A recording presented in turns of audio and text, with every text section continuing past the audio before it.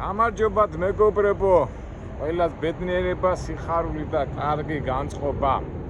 მე პირადად ეხლა ძალიან კაი ხასიათზე ვარ. იმიტომ რომ სითბოში ვარ. იმ გაგანია სიცივეების შემდეგ ეხლა მოხდი საუთ კაროლინაში, სამხრეთ ნაწილში და ეხლა იყო გავაჩერე ეხლა აქ მანქანა. შუა დღეს იყო რაღაც -25 გრადუსი და იქ პატარა საქმეები მქონდა და ცოტა ჩამოსაღამოდა და ეხლა ცოტა აგრილდა, მაგრამ მაინც კარგია, +17 გრადუსია და იმ სიცივეების შემდეგ ძალიან ეფექტურია რა. ეხლა დავიწყე აქეთ-იქ ციარული და მეთქი იქნებ სადმე რაღაცა საინტერესო რაღაცა ნახო მეთქი და გადმოვარე და ისეთ ვერაფერს ვერ ნახულობ რა. თუმცა ხო იცით სიარულს ამხელა მნიშვნელობა აქვს ძღოლისთვის და ეს ახლა არ დავკარხავ ამას და თან თქვენთან ერთად მოდი გავიაროთ.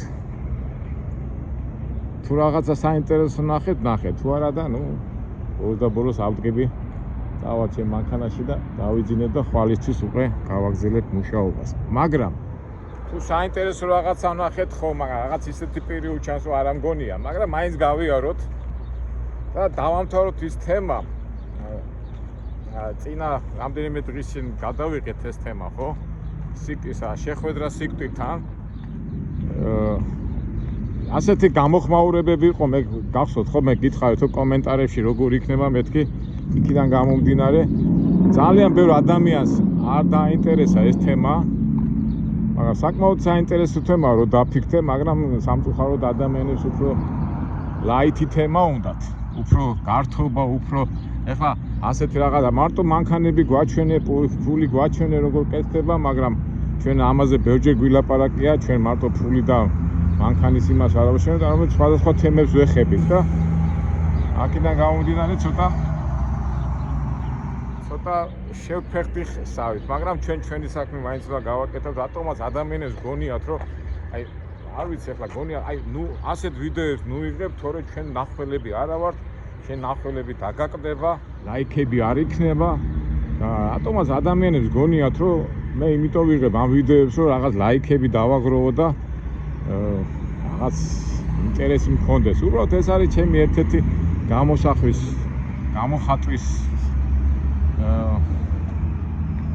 ფიქრების გამოხატვის საშუალება. და ჩვენც აი მეც ასე ვფიქრობ და ეხლა რატომ გონიათ რომ ზოგჯერ ხوارი ხომე რაღაცა პოლიტიკურ თემას რო შევეხები და შეო მე შენი დანახვა არ მინდა, ეს არ მინდა, ის არ მინდა და ისე გამოდის რომ რაღაცა ას რო იტყვი, ან რაღაცა ფიქს რო იტყვი, ან რაღაცას რო ჩამოაყალიბებ, რაღაც ის იმათი ჩემი აზრი იმათ არ ემთხვევა, პოლიტიკურ ჭრილში გადააქვთ, ის პოლიტიკაც არ გამოვსდით, ისიც არ გამოვსდით, რაღაც ემოციების გამოდა მე მინდა და მე მინდა შენ არ დაგინახო, მე შენ ლაიკებს აღარ გაგიკეთებ და ასე და ნუ რა ვიცი, რაღაცნაირად არასერიოზულად მიმაჩნია ასეთი ხედვა და ნუ არასერიოზულად მე ახლა აქაც მე იმას კი ავიძახე, მე ვინმეს კი არ ვაფასებ, უბრალოდ უნდა ადამიანს მოსმენა, მოусმენს, არ უნდა არ მოусმენს, ხო? ეს არის თავარი პრინციპი და ეხლა როგორ გამოვა და რა გამოვა ეს უკვე თვითონ ადამიანმა თვითონ გადაწყვიტოს და თვითონ შეაფასოს. არ მოგწონს, ნუ უყურებ, მოგწონს უყურებს. რაღაცა აზრი გაქვს, მითხარი. არა გაქვს აზრი, მაშინ გადარჩე რა, წარმატებული. კარგით, ეხლა მოდი მე ამ თემაზე მინდოდა ეხლა საუბარი, მინდა გავაგრძელოთ ჩვენი წინა ვიდეოდან გამომდინარე სიკვდილზე საუბარი, ხო? მე წინა იმ ვიდეოშიც გითხარით რომ ამ თემაზე ძალიან ბევრი რაღაცები მაქვს წაკითხული, რა თქმა უნდა ჩემი ცნებაც მაქვს, ჩემი აზროვნებაც მაქვს, ნუ ძირითადი აზროვნება მაინც უფრო რელიგიიდან გამომდინარეა, მაგრამ იმის გარდა არის 1000 აზრები და ჩამოგიყალიბებ და მეც შემებურად რო ცოტა საინტერესო იყოს, მე ჩემ ამბავსაც რაღაცებს მოგიყვებით. სიკვდილი როგორც საუკუნეების ყოველთვის იყო გამოუცნობი ამოცანა, დღემდეც ბოლომდე არავის არ აქვს ეს ნათქვამი და ამოუწურავი პასუხი ყველას არ არის რა, ამოუწურავი პასუხი და მოდი დავიწყოთ ანტიკური პერიოდიდან, ხო? ერთი ასეთი ფრანგი ფილოსოფოსია ლოკაშე, როგორც მახსოვს ზუსტად ვერ ვიხსენებ, ლოკაშე გვარად, რომელიც ამბობს რომ როგორც ზეს და სიკვდილს პირდაპირ არ უნდა შეხედო. პირდაპირ ასე ვთქვათ, ადამიანებს არ უყვართ სიკვდილზე ლაპარაკი, ხო? ჩვენ ლაპარაკობთ ცხების სიკვდილზე, მაგრამ ჩვენი არასოდეს არ გვახსოვს. Hello. ჩვენ მასზე ფიქრს გვირჩევნია ვიფიქროთ, სად ვიყიდოთ კაი ტელეფონი, სად დავისვენოთ, სად გავატაროთ დრო. უბრალოდ არ გვინდა, იმიტომ რომ აი დაკვირებული ხართ, ხო? თვის სიკვდილზე ლაპარაკობთ, მაგრამ ჩვენსაც არ გვაინტერესებს, იმიტომ ვიცით რომ ის კი როდესღაც მოვა, მაგრამ როცა მოვა, მერე ვიფიქრებ, ხო? აი მომკალი და მგონი ადამიანების უმეტესი ნაწილი ასე ფიქრობს. სიკვდილზე იფიქრონ ფილოსოფოსებმა და მე მივხედავ ჩემს საქმეს, ხო, ასე, მაგრამ ერთადერთი სიკვდილია და რაც ყველას გვაერთიანებს, ყველაზე მაგრად და რაც გვაეკეთებს საერთო რაცა გვაქვს, ეს არის სიკვდილი. გინდა ასე თქვი, გინდა ესე თქვი, ეს ფაქტია. ფაქტია, რომ არც ერთ მოაზროვნეს ფილოსოფოს თუ ვისაც რაღაცა აზრი უთქვავს ამ წერას, ამ თემისთვის გვერდზე არ გაუვლია რა. და ჩვენ ხო არა ვართ, ჩვენ ხო რაღაცას ვაზროვნებთ და მოდი ჩვენ ჩვენებურად შევეხოთ. თუმცა ჩვენი მაგალითიდან გამომდინარე, ძველი ამბებიც გავიხსენოთ და დავიწყოთ. ანტიკურ პერიოდში ცნობილი ფილოსოფოსი როა პლატონი, ის იძახდა, რომ ვინც ფილოსოფითაა დაკავებული, ის დაკავებულია ყდომით და სიკვდილით. პლატონი ამბობს, რომ არის იდეა და არის მატერია.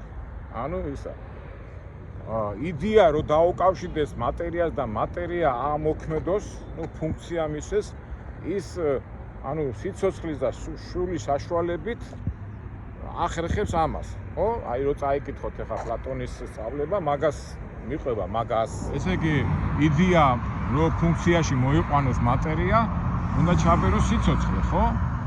და უყეს სული, ну სულის საშუალებით, სიცოცხლის საშუალებით სული იბერება მატერიაში, ანუ სხეულში და იმაში და რო კვდება უყეს სიკვდილის საშუალებით, ის გამოდის სხეულიდან და ტოვებს სხეულს. ასე ამბობს პლატონი. და აი სული რო გამოდის მატერიიდან, ეს არის ყველაზე ესეთი იდეალური, ანუ ყველაზე კარგი მომენტი, რომ ყველაზე ახლოს დაუკავშირდე იდეას. და აი ფილოსოფოსის ფუნქცია ის არის, რომ აი ეს უნდა აღწეროს ის მიმდინარე პროცესები და აქედან გამომდინარე არ არის მიზეზი, ну სიკვდილი არ არსებობს, ასე თქვა და ესე იგი პლატონი პირდაპირ ამბობს, რომ არა, ეს არ უნდა გეშინოდეს სიკვდილი არ არის მიზეზი იმისა, რომ გეშინოდეს სიკვდილისაო რა. აი ვინც აიკითხავს მის ასე თქვა ნათქვამებს ამას იპოვის. ანტიკური ფილოსოფიური სკოლებიც მაგას იძახიან, რომ სიკვდილი არის ილუზია. ну ფაქტობრივად თვითონ პლატონს უახლოვდება, რის საშუალებითაც სხეული მოქმედებს. ასეთი ფილოსოფოსია გეცოდინებათ, ეს ძალიან ესეთი ცნობილი სიტყვებია მისი, რაცა გავიხსენო. ეპიკური ამბობს, ეს ძალიან ცნობილი სიტყვა, როცა ცოცხალი ხარ, სიკვდილი არ არის, როცა სიკვდილი მოვა, ცოცხალი აღარა ხარ რა, არ არის. სიცოცხლე არის და ამიტომ არ არის საფუძველი იმისა, რომ გეშინოდესო რა. ესეთი ძალიან ცნობილი ის არის. გამონათქვამი მისი. ან ანტიკურ პერიოდში ყველაზე ასეთი ცნობილი აზრია, ესე იგი შენ სანამ ცოცხალი მოხარ, ხო არაფერს არ აგზნობ. რო კვდები, მერე ესე იგი უგზნობლობიდან მოდიხარ სიცოცხლეში გზნობ, სიცოცხლიდან მერე ესე მიდიხარ უსასრულობაში, თქვათ ეს შოპენგაუერის ისიც არის, ხო გახსოვთ? უსასრულობიდან მოდიხარ სიცოცხლეში, მერე სიცოცხლიდან მიდიხარ უსასრულობაში, ეს მონეკვეთი ცხოვრების არის ძალიან ცოტა და გამოდის რა, ესე იგი უგზნობლობიდან გადადიხარ უგზნობლობაში და ამიტომ რატო უნდა გეშინოდეს სიკვდილის? ну ეს შოპენგაურსაც აქვს ეს აზრი, მაგრამ ანტიკურ ასე ვთქვათ ფილოსოფოსებში ეს აზრი ჩვეულებრივად ასე განიხილება რა. ეს მოვედით ეკლესიაა თუ რაღაცა, თუ აქეთ სასაფლაოა, მაგრამ თუ სასაფლაო შეხვდა, კარგი იქნება. უფრო განვავრცობთ სიარულს. გახსოვთ არა სასაფლაოში რომ დავდიოდი, წინა იმაში რომ ვიხსენედი რომ ბავშვები რომ ვეჯიბრებოდით სასაფლაოში გასვლაში, ეხლა უკვე მაგის შიში ნამდვილად არ მაქვს, მაგრამ კონი სასაფლაო არ არის. ეცა თითქოს ეკლესია მეგონა.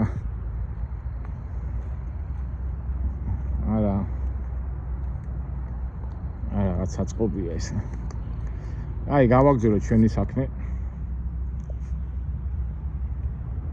ეხლა შუა საუკუნეებში ევროპაში უკვე სიკვდილის მიმართ შეიცვალა, ხო? მდგომარეობა მით უმეტეს ქრისტიანული აზროვნებას რომ მოვიდა, მაგრამ სიკვდილზე ყველა ამბობს და ასეთი აზრი იყო გავრცელებული, რომ სიკვდილის წინ ყველა თანაბარნი არიან. ღარიბი ხარ, დიდარი ხარ, წარმატებული ხარ თუ ისა ხარ, სიკვდილი ყველას ათანაბრებს. ეს აზრი გავრცელებულია, ხო? ეხლა ქრისტიანული აზროვნებიდან თავარია ადამიანმა იზრუნოს თავისი უკტავ სულზე და ის ხეული რომელსაც ტოვებს ის არაფერი დიდი მნიშვნელობა არ აქვს და მე პირადად არ ვიცი ხა თქვენს მე ძალიან ბევრ ევროპულ ქალაქებში და ძველი მეებში ვარ და ნამყოფი რა ასეთ ისტორიული მეებში და მინახია საფლავები სადაც ადრე რო თქვა ახლა ადამიანები რო კვდებოდნენ პირდაპირ თავის ორმოში ამოთხდნენ პირდაპირ ეს საერთო სასაფლაო იყო იმიტომ რომ მათთვის მნიშვნელობა არ იყო აი წამოდგენთ გეხსენებათ აი მოცარტი და ძალიან ბევრი ცნობილი ადამიანი ევროპაში უკვე მე-16 საუკუნეში მე-17-ში არ აქცენტებდნენ დიდ მნიშვნელობას იყო თავარი იყო სული და ამიტომ სხეული რომელიც იმ ორმოში ჩავაგდებდნენ და ან ხარავდნენ მიწი დიდ მნიშვნელობას არ ანიჭებდა და დიდი ძველი სასაფლაოებიც არ არის ამიტომ ყველა ქრისტიანული ხედვიდან თავარია იზრუნოს სულზე რომელიც ეს არის მოხდეს ამოთხეში და ასე შემდეგ. ნუ ჩვენი სწავლებიდაც ხომ ასეა რომ შენ ისეთი ცხოვრება უნდა ღმერთი გარდაცვალების შემდეგ შენი დამსახურების და მიხვედი ღმერთმა იცის სად მოხდება ეს შენი სული და ჩვენც მაგისკენ ვიდივართ რომ ისე ვიცხოვროთ რომ შენი დამსახურების და მიხვედით მივიღოთ ის სასურველი ადგილი.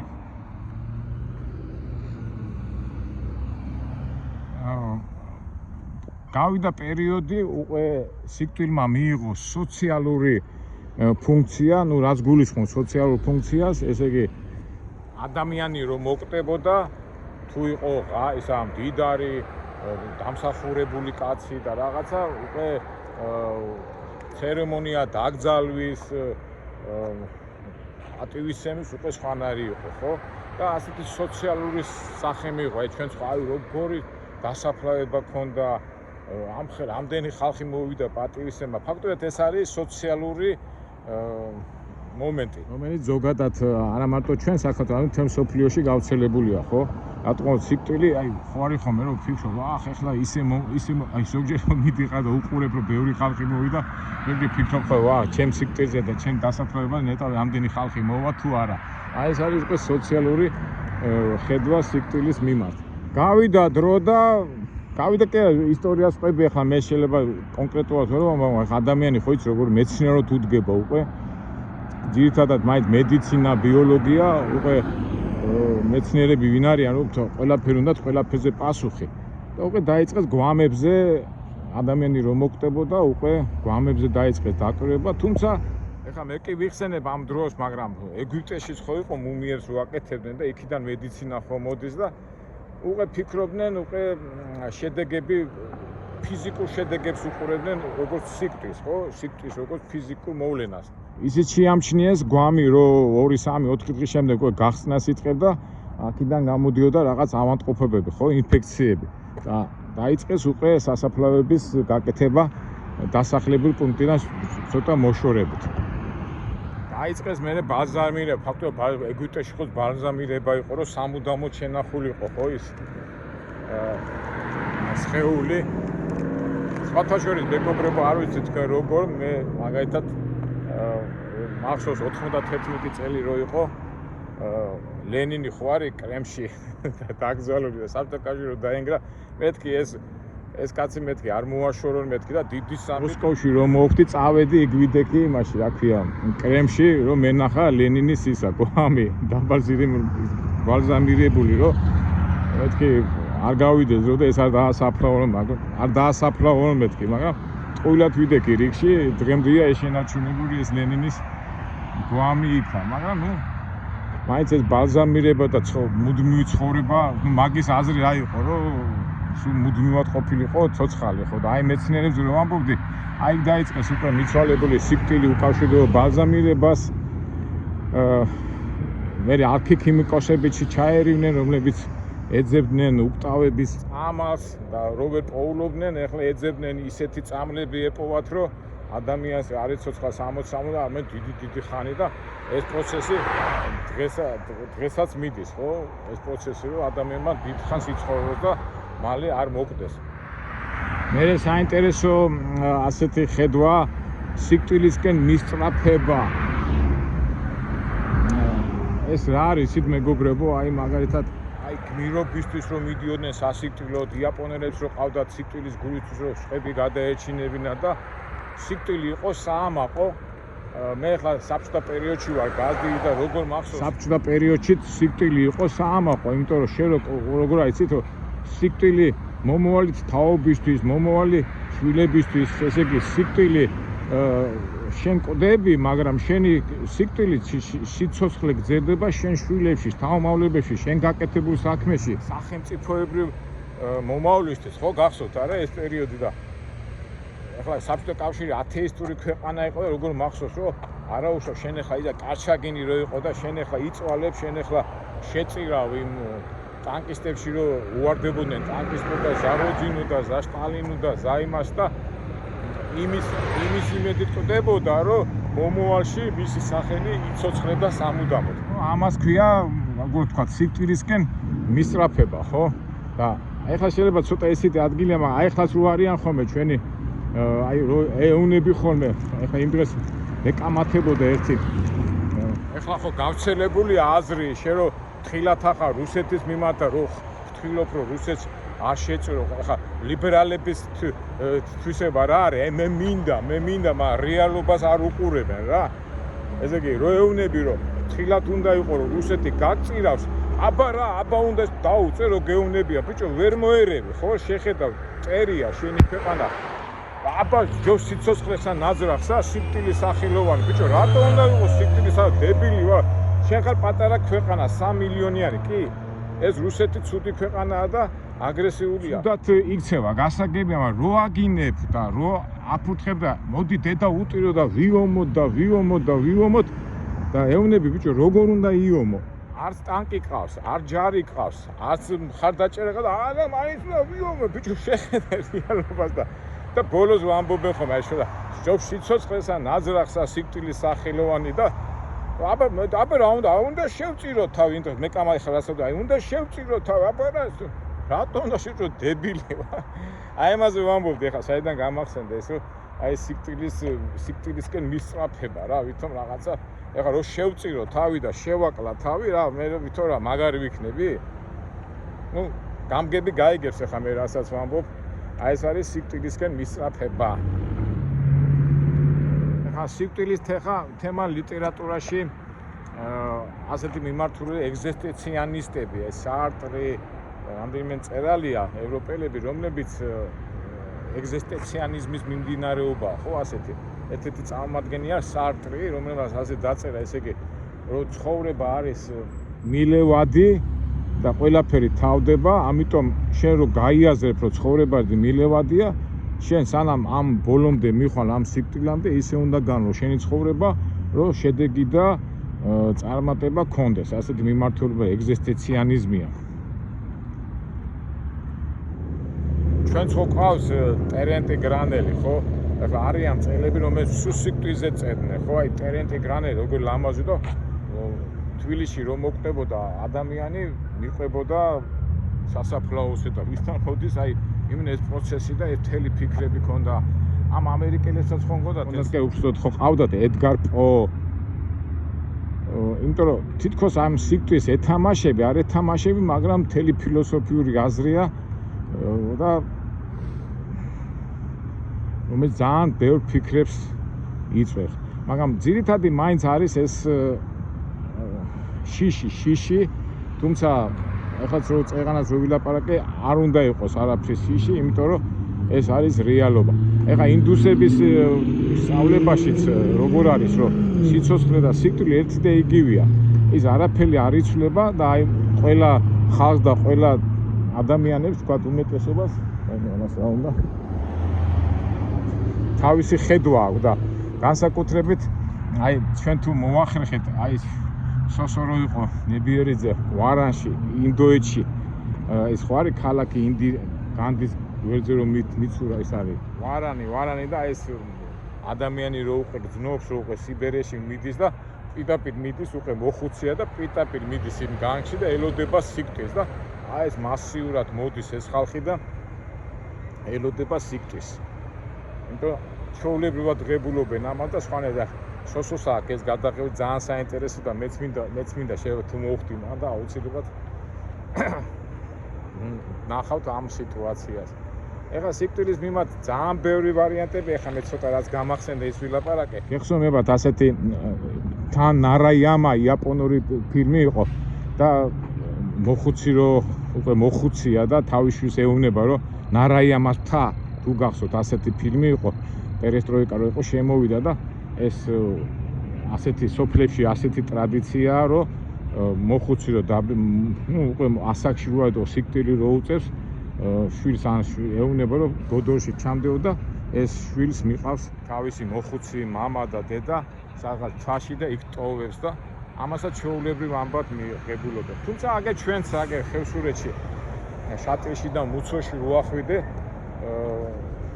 ჭრეკი თორე ჩუმა როგორაა ქართულად ჭირი რო გავცედებოდა ყველა ვინც ცუდად ხდებოდა ნუ ძირითადად ეს უფროსი თაობა მიდიოდა იქით ტეში და სპეციალურად იქ ვარდებოდა სპეციალურად იკლავდა თავს. იმიტომ რომ ეხლა რატო ვიხსენებ ამას? იმიტომ რომ სიკვდილზე წამოვიწყე საუბარი და სიკვდილი არ არის ესეთი საშიშროება ჩვენ როგორც გონია უბრალოდ როცა არ ვიცით როცა გეცოდინება მაშინ უფრო ადვილია. თუმცა ეხლა 21 საუკუნეში და დღევანდელ დროში სიკვდილსაც უფრო ტექნიკურად უყურებენ ხო? ეხლა რას გულისხმობ?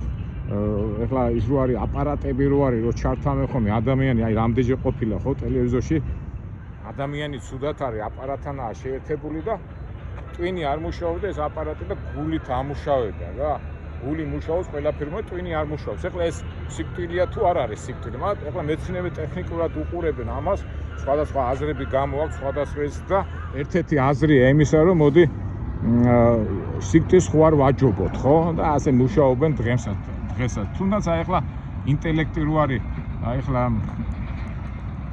ხელოვნური ინტელექტი აი ეხლა იმ დროს წავიკითხე უკვე ადამიანები რას აკეთებენ იცით მეგობრებო ესე იგი ჩაწეს წინასწარ პროგრამას რაღაცა თქვა 2 წლის 3 წლის და ნუ და უკვე შემთხვევები არის ყდება კაცი და ყველას გონია რომ ის ყტარია პერიოდულად ტელეფონი გირეკავს აი მაგალითად მყავს თქვა მეგობარი რომელიც ცხოვრობს სხვაგან მე ცხოვრობ საქართველოში თქვა იტალიაში და ის მირეკავს პერიოდულად გამარჯობა კაკო რაღაცა ლაპარაკობ იქით გავიდე ერთ წელს ამ დროს კაცი ყტარია უკვე ამასაც აკეთებენ აი პროგრამა ასეთი ხელოვნური სიკვდილის და რა ვიცი ხა ეს სიკვდილია თუ არ არის სიკვდილი გაიგე ყველაფერი ხელოვნური ინტელექტიდან გამომდინარე და რა შეეხება ეხლა მე და ალბათ ჩვენ წინა ვიდეოშიც ხო თქვით რომ სიკვდილთან ძალიან ბევრი შეხება მქონია მე პირდაპირ მაგრამ მაინც აი ვინც ნაომარი ხალხია და ვინცაც აი ეს სისხლი და ეს უბედურება აქვს ნათქვა აი სიკვდილზე იმდენად არ ფიქრობ რამდენიც იმაზე რომ როგორ ტკივა იმ კაცს და როგორ ტკივა ეს სისხლი და ეს ისა და სიკვდილზე რაღაც უკვე მერე იწყებ ფიქს არ ვიცი მაგრამ რა თავარია მეგობრებო მე ისე და ისე დავამთავრებ ამ ჩვენ ცოტა უცნაურ ვიდეოს მით უმეტეს ჩვენ მაყურებლებს არ უყვართ ამ თემაზე საუბარი მაგრამ მეც აი ჩემებურად უბრალოდ აი ესე შუა საუკაროლინაში სიარულში მოგიყევით ეს ჩემი რაც გამახსენდა აი ესე თათარაი ახლად რო იტყვია ნაფიქრალი და ჩემი რაღაცეები თუმცა შემდეგში უკვე თუ შევხვდი და თუ ვილაპარაკო წყნა სიტუაციაში უკვე მომზადებულად ჩამოვაყალიბებ და თემა განვახცოთ მაგრამ იმით მინდა დავამთავრო რომ მეგობრო არაფერს არ შეგეშინდეთ სული უკტავია ყოველი რელიგია იძახს ყველა რელიგია იძახს რომ სული უკტავია ამხელა ეს არის და ღმერთი ისე არ დაგტოვებს და ეხა ჩვენ რას ვიფიქრეთ როგორ ვიფიქრეთ ვინ როგორ ვიფიქრეს ეს უკვე როგორ თქვა თამაშია ყველაფერი სული უკტავია და ნურაფრის ნუ შეგეშინდებათ, ერთადერთი შეგვეშინდეს ჩვენი ცოდვების, რომელიც მერცის წინაშე წავდგებით, თორე განჩენი ღმერთი მოსიყვარულია და დამსახურებით და მიხედვით ყოველთვის იქ მოგვახედეთ, სადაც დავიმსახურებთ. კარგით, მეგობრებო, დაგემშვიდობებით, ცოტა აბდაუბდა ვილაპარაკე, მაგრამ სათქმელი გომითხვი, მაგრამ თავარია არაფრის არ შეგვეშინდეს და ყველაფერი იქნება კარგად. კარგით, მომავალ საინტერესო ვიდეოებამდე.